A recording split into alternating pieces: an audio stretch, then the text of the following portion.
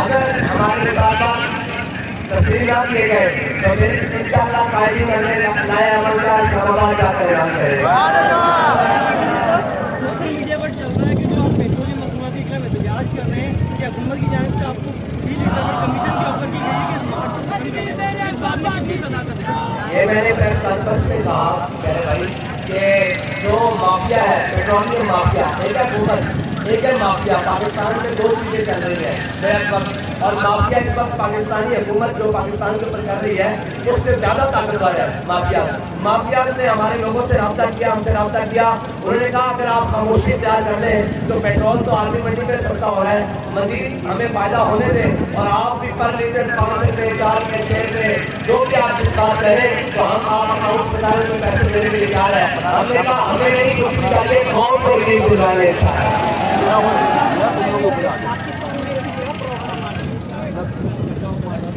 پاکستان میں ایسی کون سی پرابلم بچی ہے کہ ہم خاموش ہو کر بیٹھے ہیں؟ پاکستان کے اندر اس وقت بدامنی بھی ہے، اس کا سکت تباہ ہو چکا ہے، سیاست میں استحکام بھی ہے، بندہ خوری اپنے عروج پر ہے، ڈاکو راج اپنے عروج پر ہے۔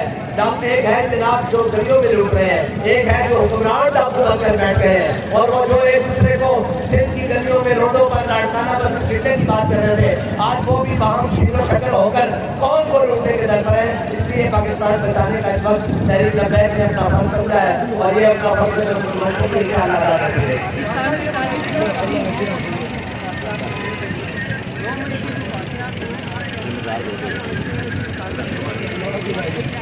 یہ پاکستان کے خلاف بہت بڑی اندرونی سازش ہے۔ پاکستان پہلے جو گرامیائی سازشوں کا جو پہلے شکار ہے، اور ہمیں سرحدی جناب جو سازشیں ہیں، دشمن کی طرف جو فکرے ہیں اور دشمن کی طرف سے جو جلغار ہے اس کا سامنا تو رہتا ہے اور الحمدللہ ہم ڈٹ کر مقابلہ کرتے ہیں، لیکن اس وقت پاکستان کو اندرونی سازشوں کا شکار کرنے کی کوشش کی گئی ہے۔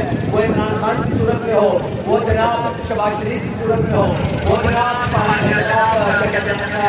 سپریم کورٹ کے گراؤ کی صورت میں، اور جناب یہ پی ڈی ایم کی سارے جماعتوں کی صورت ہو۔ پاکستان کو اس وقت آئین کی ضرورت ہے، پاکستان کو اس وقت قوم بننے کی ضرورت ہے، پاکستان کو اس وقت اس ہمدرد کی ضرورت ہے جو نہ پی ڈی ایم کے ساتھ کھڑا ہو نہ پی ڈی ایم کے ساتھ کھڑا ہو، وہ بلکہ پاکستان کے مفاد کے ساتھ کھڑا ہو اور قوم کے ساتھ کھڑا ہو۔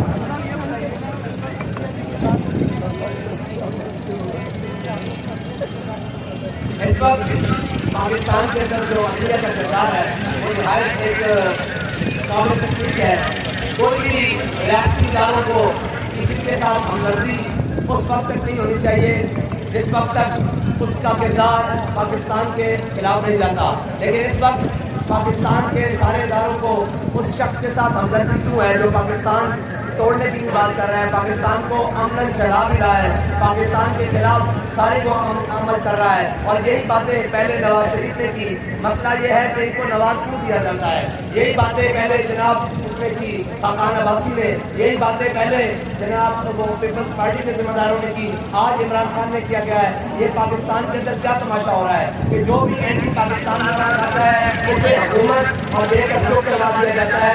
یہ دائمی حل نہیں ہے پاکستان کا۔ پاکستان کا دائمی حل یہ ہے کہ وہ لوگ جو پاکستان اور پاکستان کی بقا کے سامنے ہیں ان کے سپورٹ پاکستان کیا جائے اور پاکستان کو صحیح راستے بتایا جائے۔ بہت شکریہ۔